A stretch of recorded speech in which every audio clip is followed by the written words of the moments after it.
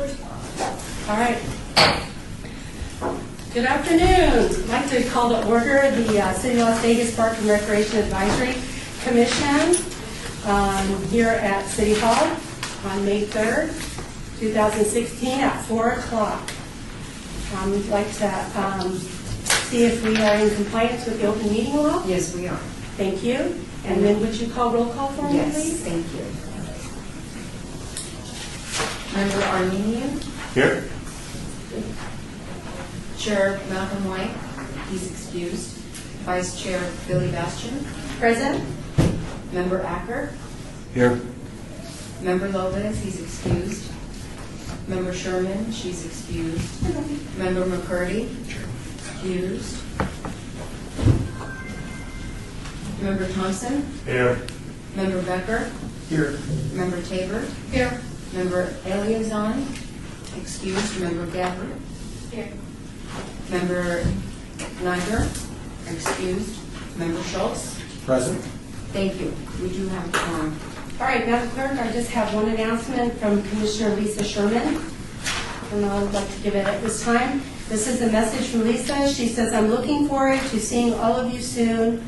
Doc, to a very strange situation. I'm challenged but hope to be back soon. Lisa Sherman, 5316. So that's all the information I have on that, and I'd just like to put that on the record, and I'll turn the gavel over to Chair White. Thank you, Commissioner. And apologize for the long walk here in the heat. Moving on to number 3, public comments. Public comments during the portion of the agenda must be limited to matters on the agenda for action. If you wish to be heard, give your name for the record. The amount of discussion as well as the amount of time any single speaker is allowed may be limited. Is there anyone here for the public comments portion of this agenda? Hearing no one, we'll move on to item number 4, for possible action to approve the final minutes by reference of regular meeting of April the 5th, 2016. Were the minutes set out? Yes. I'd like to move that we approve the amendments. Billy Bastian, Vice Chair. Thank you. I second it. Larry Schultz. Motion has been made and seconded. Any discussion? Hearing no discussion, all in favor? Aye. All opposed?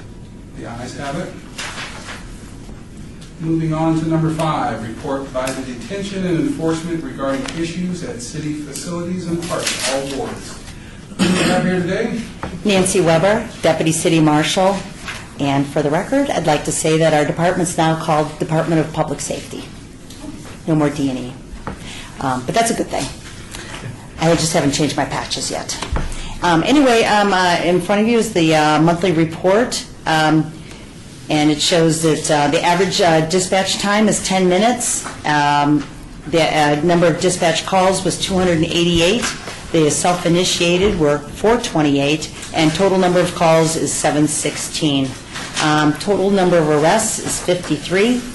Total number of citations was 118, and total number of incidents, just regular reports, were 68. In here, it's broken down. We didn't actually list every single thing with the park. Our biggest issue we have right now is kids smoking marijuana in the parks.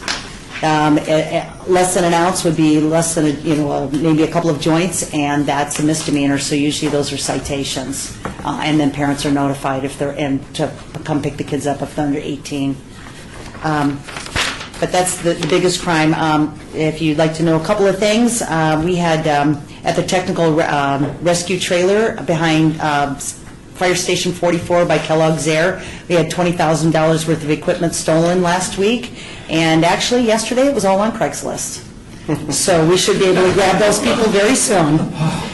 So we had our investigators see that, and it's like, whoa, let's nail this one, because we had the phone numbers and everything for them.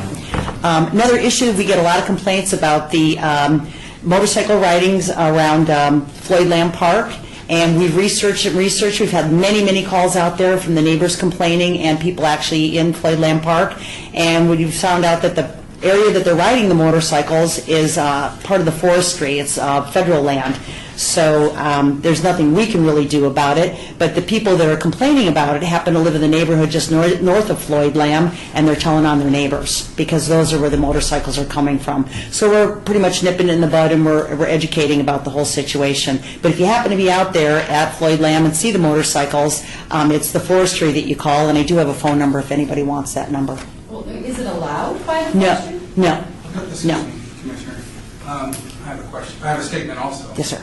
The Neighborhood Justice Center, Clark County Mediation Agency, you can refer those individuals to that agency, and they will contact the parties and talk about any types of disputes that they may have. Oh, okay. Did you tell me? They're telling on their neighbors, which means they don't like their neighbors for what they're doing. Is that like a mediation facility or? Yes, it is. It is the mediation service for Clark County. Oh, We okay. have little referral cards, or, excuse me, they have little referral cards that I can get to you that all the municipalities carry. Oh, that would be great. That'd be great. Let's see. We've had a lot of problems in Ward 3. Just it says on here 51 citations, but basically most of that came from Fremont Street with the buskers and that kind of thing. So it's not like Ward 3 is doing that bad in the parks area. We had just recently at Selby Park, we had one child battered another child and was sent to the hospital. And our undercover set team found the kid this week and arrested him. A lot of problems with graffiti at Morgan Park, Selby Park, and Firefighter Park, and then 20th and Harris. We had, let's see, lots of smoking marijuana at Charleston Heights Park and Doc Romeo and Rotary Park. At the municipal golf course, we had stolen golf clubs. We had a battery at Lorenzi. We had a robbery at Doc Romeo, and supposedly there was a gun involved. A gun was never found. Same thing with Durango Hills. There was supposedly a kid with a gun who stole a scooter, but no one really saw the gun, so we don't think so. Mountain Ridge Park, we've had 2 incidents of arson where they've lit the palm trees on fire, done a lot of damage, and then also they lit the ramp, the skateboard ramp on fire, $15,000 worth of damage. We had a robbery at Dexter Park where a brother and sister were victims and a cell phone was stolen. We haven't captured those people yet, though. Those are the main incidents. Thank you. Do we have any questions by the commissioners? Please state your name. Larry Schultz, it has to do with the initial thing that you shared with us about the children smoking marijuana. Is there an average age? Are we talking about, over 12, under 12, or? Most are teenagers, maybe 16 to 18. However, I had a couple of kids that were truant the other day from school, so we called the truant officer to come pick them up, and they were middle school kids, and they had marijuana in their backpacks. It's easier to get now, and I think the reason why, it's just my personal opinion, is medical marijuana. It's easier to get a hold of now. And also included with the monthly report, I just included a attempt to identify that our department put out to all the other departments, Metro, school police, all the other police departments. It's just for you, just to see. We have not caught the suspect yet. But I just thought you wanted to see what we do. A lot of times we're able to get them. And this is from the Durango Hills YMCA. We have pictures of the suspects using credit cards. So, Thank you. Acknowledge you, Commissioner. David Lopez. Circle Park, have you had any, issues come up with that recently with the bathrooms being open? just one that I am aware of, and that's, we had a gentleman that was taking a bath in there. Oh. A sink, whatever, and actually, the marshals came upon him early evening, about 5:30, I believe it was, and he was very combative. He was high on drugs, and he ended up punching our officers, who ended up having to go to get medical care. But that was just one isolated incident. As far as I know, that's the only one that I know of where there was a fight in the bathroom. Okay, all right, thank you. Thank you very much. Are there any other questions for the officer? Hearing no other questions, appreciate your report this week, or this month. Moving on to item number 6, report by operations and maintenance on park maintenance and upgrades. all wards.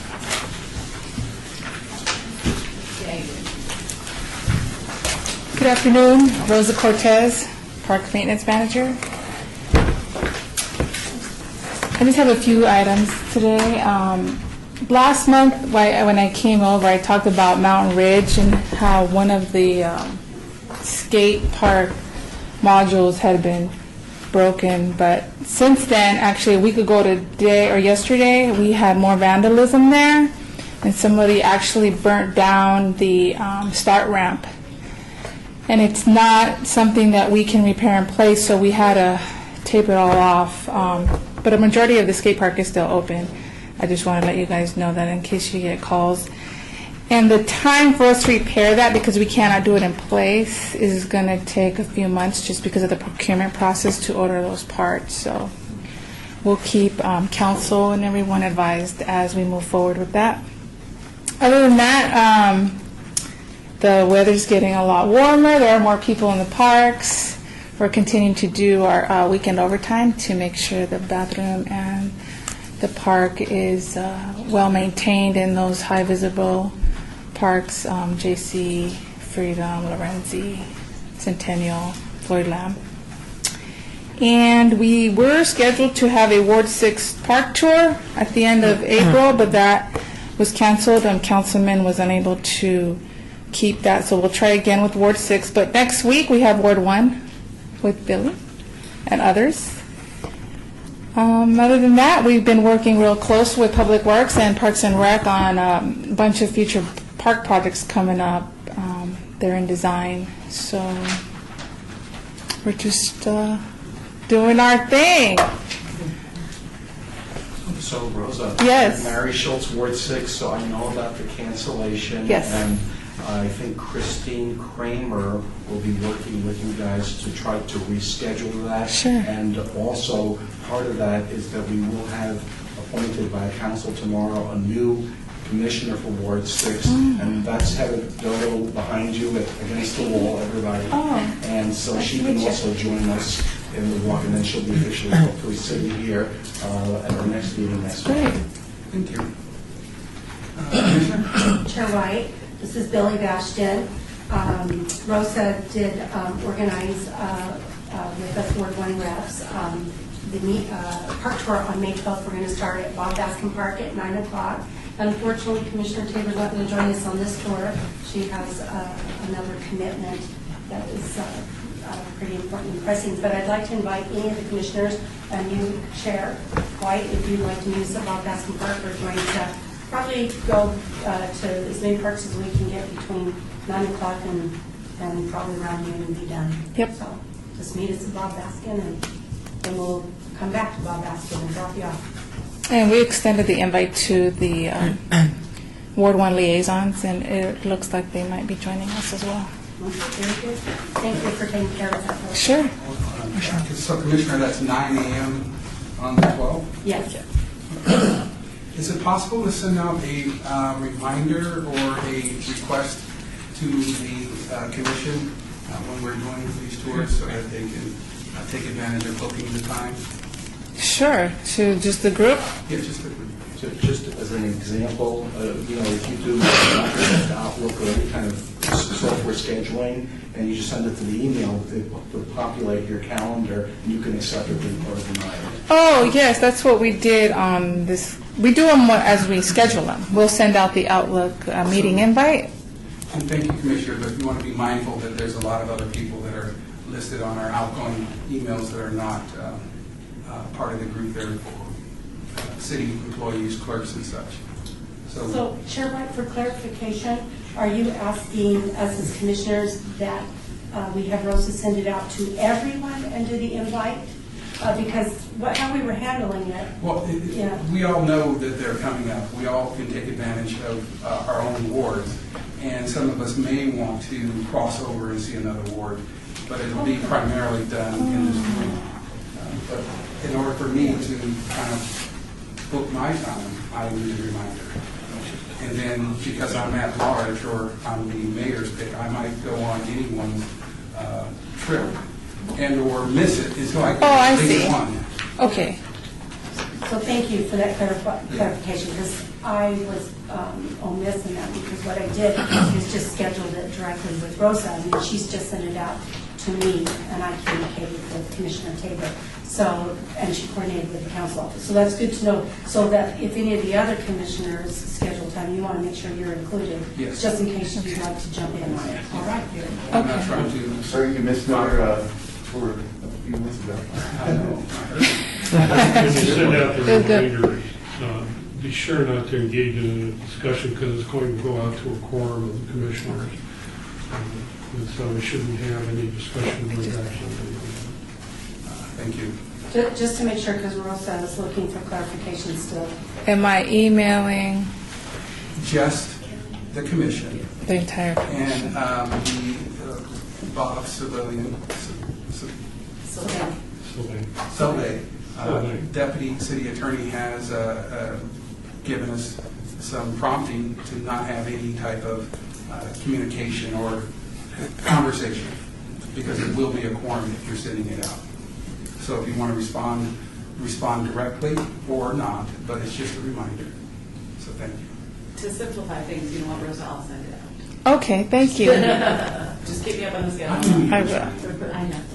And for the record, we need to state our names because this is being recorded. Kelly Schwartz. I will take care of the schedule with Rosa. Any other? Yes, Commissioner David Lopez. I just wanted to remind Rosa or ask her what the update is on the lights at Freedom Park's skate park. The lighting? Yeah, I spoke to Mr. Walker about that. I let him know, I believe, last week when we saw him at the tree planting. I took a picture. I don't know if you guys want to see this, but basically it says lights will operate for 1 hour after pressing the button. Well, the button doesn't work. Okay. So a lot of people, a lot of skaters were just telling me the button doesn't work. So, and these are the lights that don't work. Then, Okay. So, yeah. Just want to let you know, just to put that on your Sure, and reminder. Yeah. just to clarify, lighting in the parks is done by the TIFO division out of Public Works. So I will Okay. I will reach out to them and let them know what's happening there. But Freedom Park, right? Yeah, yeah, Okay. yeah. Thank you for bringing that to their attention. I would imagine that it is a picture of the darkness. Yeah, it is. It's a little bit more dangerous out there. Any other questions for park maintenance and operations? Thank you very much for your report. Moving on to item number 7, report by Kathleen Burkhart, Parks and Recreation Principal Community Program Specialist regarding programs and activities at Howard Lyburn Senior Center, Ward 1. Lyburn.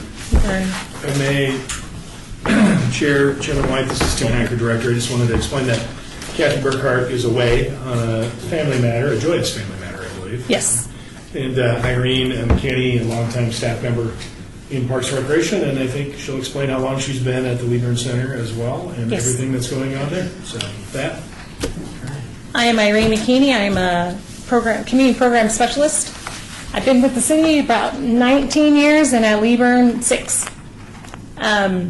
It was quite a change for me. Just a little background on me. I came from working with the kids all the time to going to the seniors, and they kind of explained to us, we're just the kids with gray hair. So we took that to heart, Kathy and I both, and we started doing some of the things we did with kids. This year we instituted an Easter egg hunt. So every day, the day before Easter, we hid 10 eggs around the center. Some of them were out wide in the open, some of them were really hidden, and they popped the egg open. There was either a picture of a bag of candy or a picture of a chocolate bunny, and that's what they won. So they loved it. They had a ball every day. They were like, are there more eggs? Are there more eggs? And if they afternoon people, are there still eggs? Yes, there's still eggs.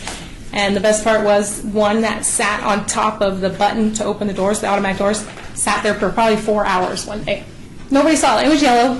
So we had good fun with that. So we're trying different things at Lyburn. We are next to Mirabelli at Jones and 95.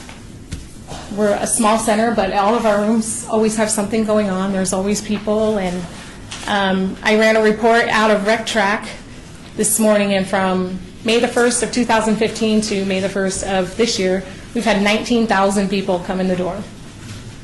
So, or visits. scan through. Congratulations.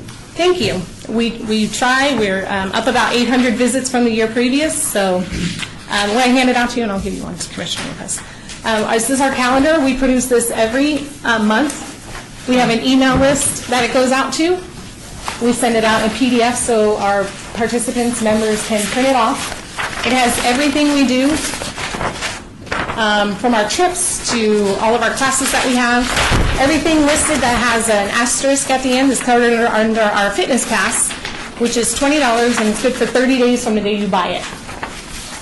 So we have everything from Zumba, yoga, Tai Chi, line dancing, ballroom dancing, and just everything in between, Pilates.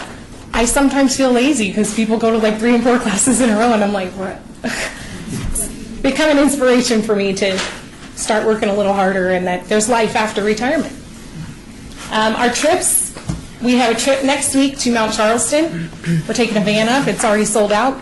We go up, we have lunch, and we just give time of maybe an hour and a half, and just go adventure around the lodge. I'm a little concerned that it rained or snowed this past weekend because it might be a little chilly. So we're going to check into that and see how the weather is going to be and the roads. I learned to drive in LA, so I don't really know how to drive in the snow and ice and stuff. So I've also included in your calendar some flyers that we do. Every summer we do what we call the lunch bunch. They come and they meet at the center and they'll go to wherever the lunch bunch is going that day. We're going to the Springs Preserve. We're going to go on a little tour and have lunch out there. And then we also have realized that if we team up with other senior centers, the bigger trips seem to go a little bit better. They sell out. And so this year, we're not going, but we help promote other centers too. Centennial Hills is going out to the California Strawberry Festival. We go whale watching every year with Centennial Hills, and sells out every year. We go down, we leave at like 3:30 in the morning. We're back between 12 and 1 the next morning. They're exhausted. They sleep, but they have a great time. Every time I've gone 4 times now in my career. We've seen whales and the dolphins swimming in the wake of the boat. We have a great time. Last week we went out to the Pahrump Winery. We took a van load of people. We had a wine tasting, and the city actually retweeted our picture that we had out there, so that was kind of fun.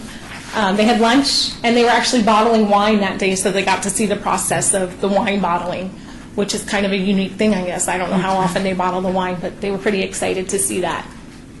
Other than that, we changed our calendar a little bit. We used to have our movies, because we have a weekly movie every Wednesday at 1:30. We used to have the movies, but trying to get more people to take pride in the center, I guess, we decided to do a member spotlight.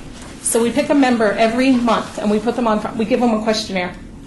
Some of them don't want to answer all the questions. Some of them answer every question. So, but it's fun to learn about the center and the people that come in. And then on the back, we have a staff spotlight. So we spotlight one of our instructors, so that staff or the participants know if they have certifications, where they're from, things like that. But that's what we do at Liebern. Smiles on our faces when you walk in the door. Well, thank you. But that's it. You have an outstanding facility. I've visited it several times. Well, Do thank they you. still have the rose gardens there? Or did they used to have a rose garden off to the side? We don't have a rose garden. We have raised garden beds, 6 of them in the backyard, that we have a master gardener comes to twice a week, Tuesdays and Thursday mornings. And she always tells everybody, if you have something strange that all of a sudden started growing in your yard or whatever, bring a leaf and take a picture, and she'll help to identify it, see if it's invasive. But the rose gardens, no. One of our past commissioners was a master gardener and had a rose garden there that was award-winning, I think, Oh. years ago. Yeah, before this Billy Bastion. Yes, you are correct, and that was a long time ago. It's what happens when you get dinosaurs. And it was before. I'm an active adult. There you go, thank you. There was rose gardens there before the renovations of Liebern and Mare Valley. That might be where the little rose bush came from that's in the backyard, though, out by the garden. So that might be the original. Well, thank you. Are there any questions for State your Yeah, name. Larry Schultz, Ward 6. I just wanted, it's not a question but a statement, because I read through this and I'm familiar more with the Centennial Hill Center and what the work that your team is doing, the more citywide team, is really touching people's lives, enriching people's lives. It gives them a purpose. It gives them something to look forward to enjoy. I've actually participated in a couple of events out of Ward 6. Good. And they were fun events, and went to Tuacahn, to the theater up in Utah, and it was a wonderful evening, and it was one of those long days, and I know we've had people from other centers come as well. So I think this is an excellent part of the program, and I think we as commissioners here ought to be proud about the work you're doing. Well, thank you. Thank you. Thank you It's so a pleasure much. to go, and thank you. All right. If there's no other questions, thank you for your report. You're very welcome. Thank you all very much. Thanks, Irene. Thanks. Moving on to item number 8, report by Maggie Plaster, Parks and Recreation Deputy Director regarding soccer tournament awards. Hi, my name is Maggie Plaster. I'm with Parks and Recreation, and I'm here today to tell you a little bit about this review that we did of soccer tournaments. Our municipal sports unit, we call them MSU, they're housed here in City Hall, and their primary job is to rent out the fields that we have, all of the soccer and lacrosse and softball and baseball. And it's a huge component of what we do as a department, putting these fields out for the public to use, and it's actually a big part of our revenue. We make about $6 million a year in revenue. And just on the tournaments alone, soccer and all the other ones, it's about $1 million. And soccer is about 2/3 of that. So that's why we looked at soccer tournaments first. When we have organizations come to us to rent these fields, they sign off saying that we can come and we can audit or look at their financial records. And we've been doing this for a few years now, having them say that we can come in and look at this, but we've never actually done it. So it came to the point where it was important for us to know what their revenues and expenditures were. And that's why we hired an outside CPA. His name's Michael Goffenay, and he talked to 5 different organizations about their soccer tournaments, and these are our biggest tournaments. So you have King Cup, which is, I believe, the only one where someone comes in from out of state to do a tournament, and that's for adults. And then we have the Las Vegas Invitational, we have Mayor's Cup, they have actually 2 tournaments. And we have Players College Showcase and Thanksgiving Classic. So he came in, talked to these tournament directors directly, got all their financials, and then provided reports to us. Some of the information that he collected when he talked to them on the revenue side, he wanted to know what you charge to participate in your tournament. And oftentimes it's a range of fees. It's not just one fee. It depends on the age group you're in, or maybe when you register. It's usually cheaper when you're farther away from the tournament than when you're right up on the tournament. One tournament actually had a reservation fee. And then oftentimes tournaments do get some kind of hotel commission for sending the players to a specific hotel. They collect vendor fees for people selling things at the tournament. They also get income from concessions and merchandise. And then on the other side, it's very expensive to put on a tournament, so they have to pay fees to us, to the city, to rent our fields. But we're not the only game in town. Clark County and Henderson have fields as well as other organizations. And then they have expenses for maintaining the fields for the tournament. They have to pay for referees and marshals, supplies, travel, insurance, marketing, licenses and permits, athletic trainers, and the meals for college coaches. So we knew that this was the component of a tournament, but didn't really know what all went into the expenditures and revenue side. So what we found was that for these tournaments, the revenue that they were pulling in was about $402,000, and of that, the city was collecting about $60,000. So the city was collecting about 17% of their revenues. And we haven't figured out what's appropriate since we're providing the fields. I mean, that's kind of probably the most crucial thing to putting on a tournament. You have to have the fields to play. But it did show us that there is a bit of a disparity between the tournaments. You can see that the Las Vegas Invitational paid us the biggest share of their revenues. We got 28% from them, while Mayor's Cup was a smaller portion at 9% and 15%. The thing about Mayor's Cup is that they have a different agreement with us. It's actually, we feel, the city's tournament that's put on by our partner, Downtown Las Vegas Soccer Club. And their arrangement has been giving us 15% of their revenues, and then they pay $15 per hour that they're on our fields. Whereas we changed that structure in the fall of 14, but we didn't change it with Mayor's Cup because they already had agreement in place. So all these other tournaments, they're not giving us any share of their revenues, but they're giving us $70 per hour. And so I believe that that might be a better deal for us than doing the percent share revenue, or a better deal for the city of Las Vegas. And then we also see with expenses here, we're getting about 28% of their expenses, and we look at that like an analogy is when you're renting a house. What's appropriate to pay to rent a house if you're getting a steady income? And I think generally you hear 30%. You don't want to spend more than 30% to rent that house. And so we're pretty much in line with that at 28% of expenses. And then one final slide is, how do we put all of these tournaments on an even, where we can compare them, where it's apples to apples, since they are paying us different amounts, so they have different agreements with the city. And so our CPA looks at average hourly rate. So on the first column, you see the field hours. This is the number of hours that these tournaments have rented just from City of Las Vegas fields. And then you can see what they paid us in total. So that's not just what they paid for fields, but what they paid for lights and any other fees that we had. And then you can see an average hourly rate. So on average, we're getting about $70 an hour for use of our fields. And that ranges from $56 on the low end to $82 on the high end. And I think in theory, we would kind of like to see all of our tournaments paying about the same average hourly rate, which means they're all getting about the same deal. So we have the financial statements that our consultant gave to us. We shared those with the council members. Haven't really gotten a lot of feedback on that.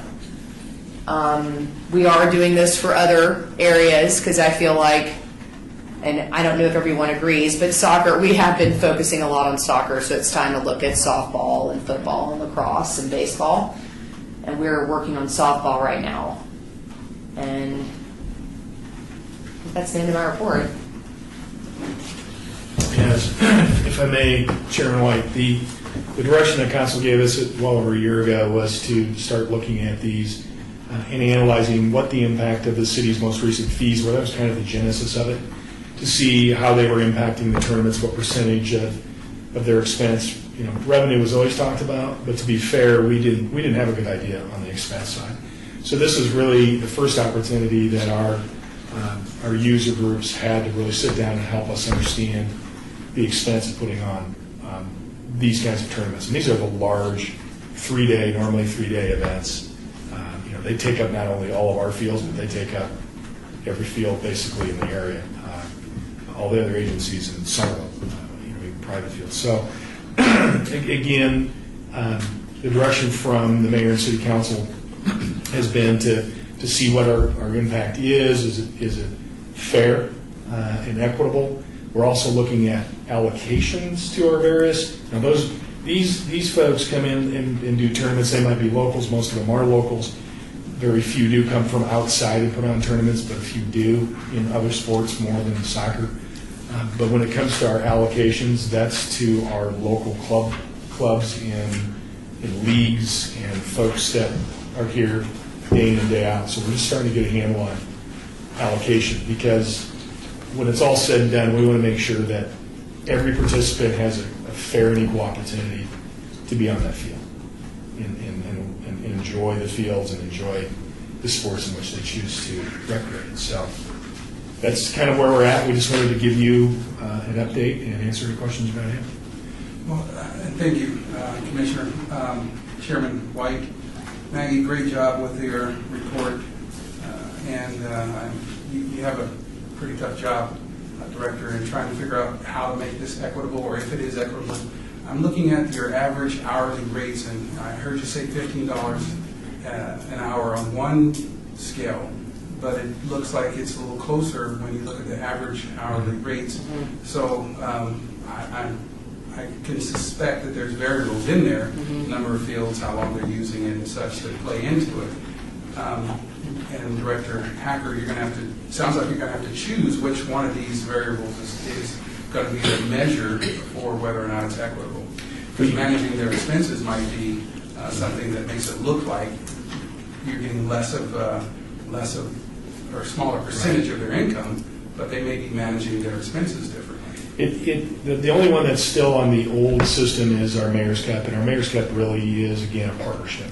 So it's a very unique arrangement, and it's the city of Las Vegas working with downtown Las Vegas Soccer on the actual operations and managing that term. So that's why there's that kind of uniqueness where it's based on the teams, and so we get a percentage of the team revenues, and we also get a per hour rate that's different than the other per hour rates. So that kind of explains that anomaly. I guess the good thing is we're charging on average $70 an hour for utilization for tournament use, and that actually we're starting to see those average out. One other question, and then I'll give it to the Commissioner. Has the soccer community seen this report? Yeah, I was presented at council, I guess to the extent that they pay attention, which they're pretty good about paying attention. Some we've provided at request, we've provided reports to. Hopefully through our new website, as we're allowed to put more things on, we're going to make all this very transparent and post it to our webpage as we're allowed to do that. Thank you. Commissioner? Larry Schultz, Ward 6. So this is excellent analytical data. I understand it's kind of on a micro basis using a CPA firm to get into the cost and all that. And I tend to kind of look at things and just throwing enough for your consumption from a market-based macro analysis, determining what maybe other cities in southern Nevada, other locations throughout the state, through the Southwest, what, on a market basis, what is the going rate for a similar demographic locations to Las Vegas, as opposed to trying to say, oh, what piece of their revenue are we getting and all that. Has that been considered? We actually, again, this is Director Hacker, that information was actually compiled over 3 years ago. We had outside consultants come in and really do that for us. That's what we based our fee structure changes in at that time. And again, that was 3 years. So we have not revisited that. We believe we're still very much in the market, not only just regionally, but when we look at our closest competition really is Phoenix. And frankly, Southern California is its own market. It's so big, they come over and absorb fields from here to Denver, actually. There are just that many people. So when we look at Phoenix, we look at Salt Lake, we look at Denver. Again, that study really showed that we were right there in the market. Thank you. Commissioner? Mike Aker, Ward 3. On the $70 an hour, does that include the lights and everything, or is that just the... Just the field per hour for tournaments, and then lights would be on top of that, $10 an hour. That's just for the rectangle fields. Different for the diamond fields. I'm just checking. And that's if they get to that $70 an hour threshold where it's equal amongst everybody. Well, no, we already are there. The average is different because of the Mayor's Cup. That'll always be unique because that's really a city tournament. That's going to be a unique relationship. Thank you. Any other questions? Yeah, Mr. Becker, I just wanted to ask, have you looked at the other municipalities in the area as well? We have. There's been Did you know, is that about the same or they're a little less? We're higher than some and in the ballpark with others, but probably goes back to the quality. We have probably the nicest fields in town in a lot of ways, and so we do charge a little more. Costs a lot more to maintain. But when you look at maybe a Henderson model, for example, their base rate is lower, but when they do a lot of things a la carte, if you want certain things done, there's a tack on. We're relatively a flat rate, and then lights on top of that. It really, if we look going forward, as we look at the demand for the fields, because believe me, we don't have enough fields, we don't have enough hours. So as we look at demands, where we did a flat rate increase on all fields, it's likely we're going to look at tiered levels based on quality of fields. Because when you talk to our users, they can quickly identify really three tiers. There's kind of CCSD, there's, like Buckskin Basin and some of those other heavily used fields that are in basins and whatnot, and then you've got Betty Wilson and Kellogg's there that are just top notch. So we'll probably eventually get to a tiered program, and we think that'll be, again, a fair way to analyze how the market's going to respond and utilize those fields. Thank you, Commissioner. Amy Tabor, you not only have some of the best fields in the city, I don't know if this group is aware, these are some of the best fields in the country. And that is why the prices are okay. Thank you. And thank you, Commissioner, for reminding us that we are part of a commission that has an award-winning recreation division, nationally recognized, actually internationally recognized. Thank you for bringing that up. Acknowledging Commissioner arrival. Thank you. Commissioner McCurdy. Any other questions for Maggie and her report? If there are no other questions, we'll move on to number 9, report by Tim Hacker, Parks and Recreation Director, regarding department announcements, all awards. A few things we're working on right now are business plans. We started that last year for the fiscal year, which ends June 30, so we've been going back out to the centers to do kind of the last visit and then help for this fiscal year and prep for next fiscal year. Kind of leads into the budget. We're trying to get all these documents and all these plans to really tie together. I think I did share last month that we were asked by the city manager's office to look at a 2% decrement or reduction in this current fiscal year budget. We were also asked to plan on that for next fiscal year. And so we've done that. So in the business plans, as we talk about our center budgets, we're looking at a subtle reduction. A lot of that, without going into a lot of detail, because there's a lot of detail, is based on the variables that are controlling property tax. At this point in time in Nevada history, that probably needs to be addressed at the legislative level, hopefully in 17. So, again, just trying to do things in a very business-like fashion, and our centers are responding incredibly. They've stepped up to the challenge with not only showing us the ability to bring in new revenues, but more importantly, to really control costs. But most importantly, as you heard, our patronage, numbers through the doors, continues to increase. So we're doing something right with less, and that's always, I guess, fun to report on. Corporate Challenge is in its last month, and the city of Las Vegas, I believe, is in second place. Swimming, most recently, this last Sunday, Maggie Plasters, a gold medalist in at least 3 races. I'd like to announce that. They're only doing 4 races. But she won gold, so that's great. And I know Chair White will be asking, but flag football took us silver. Did I announce that last time? But we bronze last year, silver this year. And from that, did you get drafted? I did not. I was limited play, but I did help. We had a lot more young, vibrant people on the team, which is really appreciated. And thank you, Director. I would imagine that there's a lot of people younger than you. There is. I've earned that, so I can say. A couple of exciting things that are coming up. Eldorado is on the 15th is the parade, and that whole weekend, of course, is Eldorado events. And so the city is heavily involved, our department's involved. Kelly Schwartz has been very involved in that for a number of years. Can answer any questions you have on that. Sure. And then the Get Outdoors Nevada Day celebration. They move it around the state, I believe. They move it around the city for now, Oh, for the city. Southern Nevada. Southern Nevada. And it's going to be held at Lorenzi Park, October 15th, from 9 a.m. to 2 p.m., and we'll continue to give you information on this. The reason I want to let you know is this year it's also going to be in conjunction with our National Park System, as they're celebrating the centennial of the National Park Service. And if you haven't caught on public television this wonderful series they're doing, please go and watch it, because it's absolutely incredible. And so it's an event that's going to be in conjunction with them.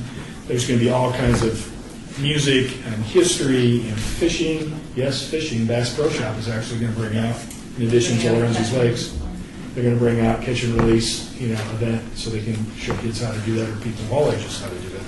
Food trucks, all kinds of neat things will be out at Lorenzi, and we couldn't be more proud to be co-sponsoring that with them. So, get you more information. That's all the fun stuff I have. Well, thank you. Are there any questions for Director Hacker? Mr. Chairman, Commissioner? I'd like to first give recognition that I'm late because there was a wreck on D and Washington. I'm not sure if the city truck and fire truck involved or not, but just one person, so that's the reason why I'm late. But I'd like to ask a question in reference to food trucks. Does anyone have an exclusive right to be at Doolittle, or is that open to all food trucks?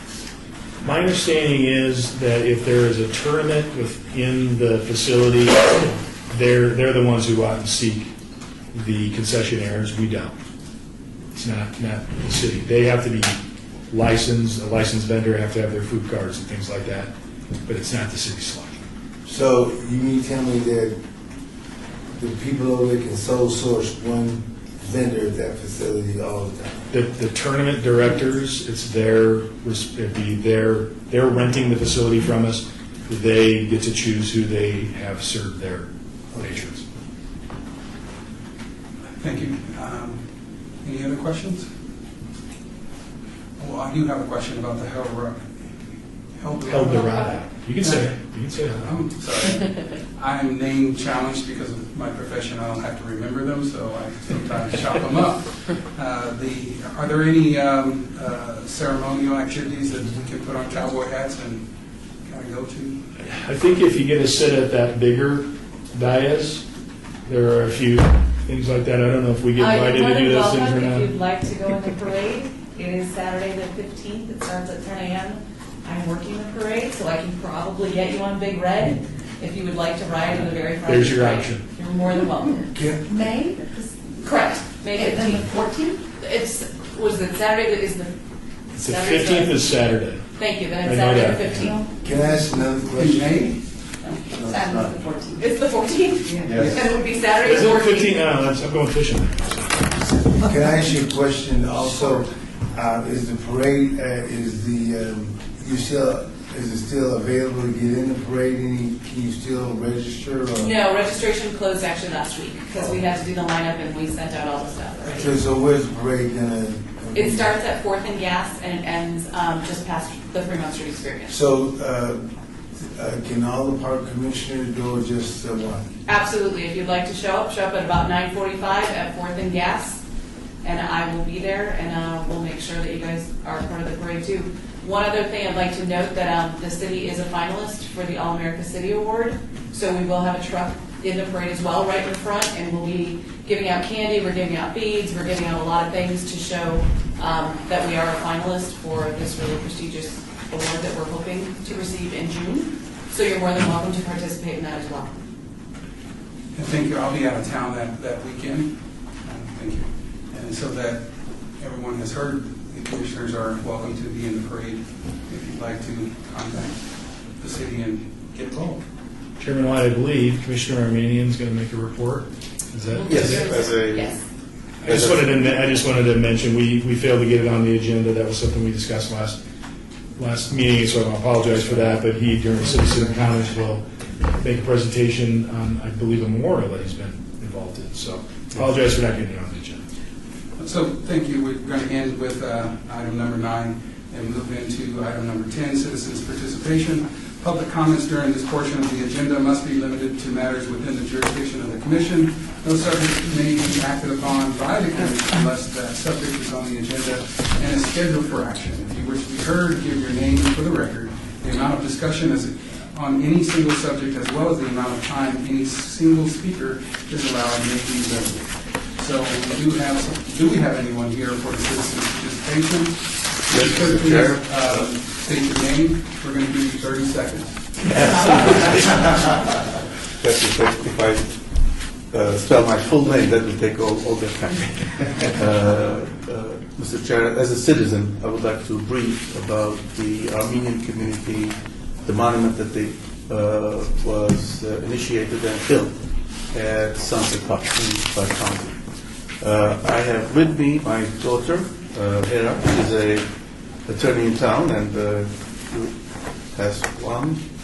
Like, passing this.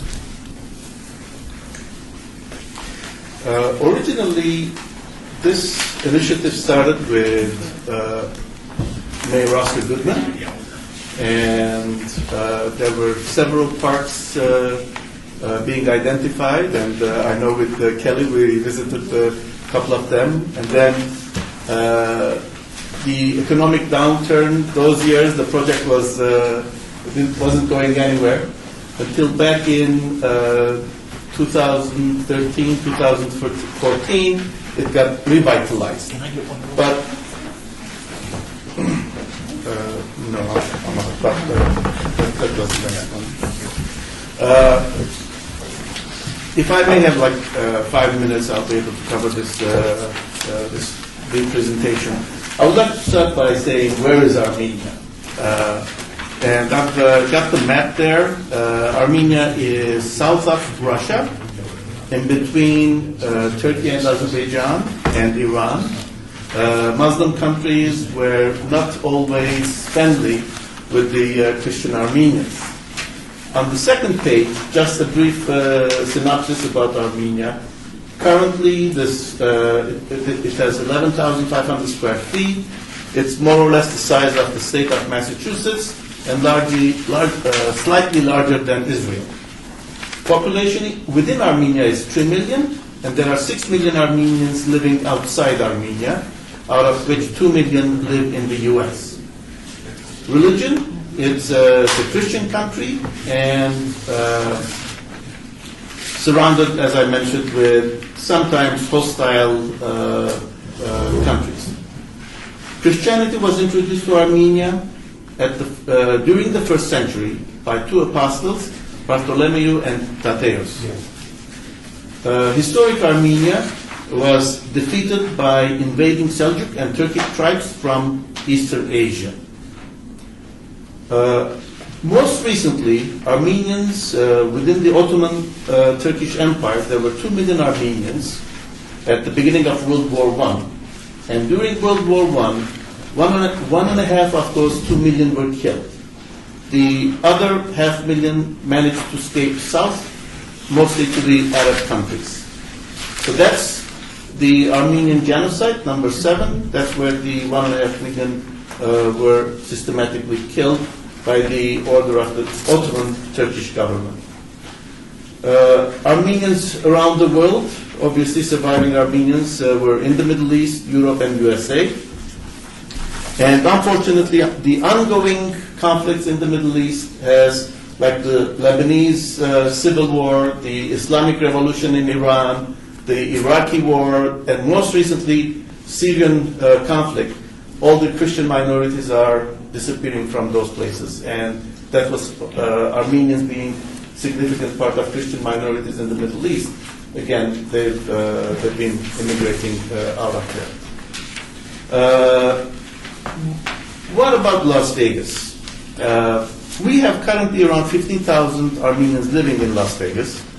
The first church was already built 3 years ago. And actually the second Armenian church on the west side is opening at the end of this weekend. So we have 2 churches. At any weekend, there are over 5,000 Armenians in town from Southern California, because there is a huge Armenian community, over 1 million in Los Angeles. And some prominent Armenians in town are 2 of them unfortunately passed away. One of them is the casino developer, Kirk Krikorian, then basketball coach Jerry Tarkanian, tennis legend Andre Agassi is of Armenian descent, and city councilwoman Lois Tarkanian. Now, when we approached the Clark County to donate a monument to a park, that there was no precedent. So there had to be written a legal, what's the legal term? Policy. A policy, so that the city would be able to accept from the community a gift in order to be placed in the city park. And the part of the policy I have highlighted in yellow is that in placing monuments on county property, the county intends to engage in government speech and that does not intend to open public forum for free speech activity. So that was a huge technical issue where not anyone saying, okay, I would like to build a monument for my grandmother or for my dad will be able to go and knock on the county doors saying, I would like to build that monument. So there was a lot of further policy. It has to be of significant historic value, those kind of language that went into that policy. On the following page, we have the proposed artistic rendering, and then the bottom picture is the completed version, which was dedicated November of last year. April 24 is the annual commemoration of the Armenian genocide. So this year, the Armenian community gathered at the monument for a candlelight vigil. And the last 2 pages, you see there's an Armenian Boy Scouts and Girl Scouts chapter here in town, along with the Saturday Armenian School kids, as well as some the church choir doing the candlelight vigil. So, and finally, as these books are being passed, in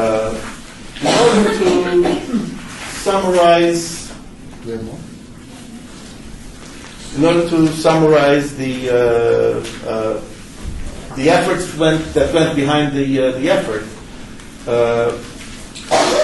we asked the community had prepared the material for the book, but we asked Richard Becker to help us in publishing this book, along with the designer. So this was just circulated last month. It's been a week ago.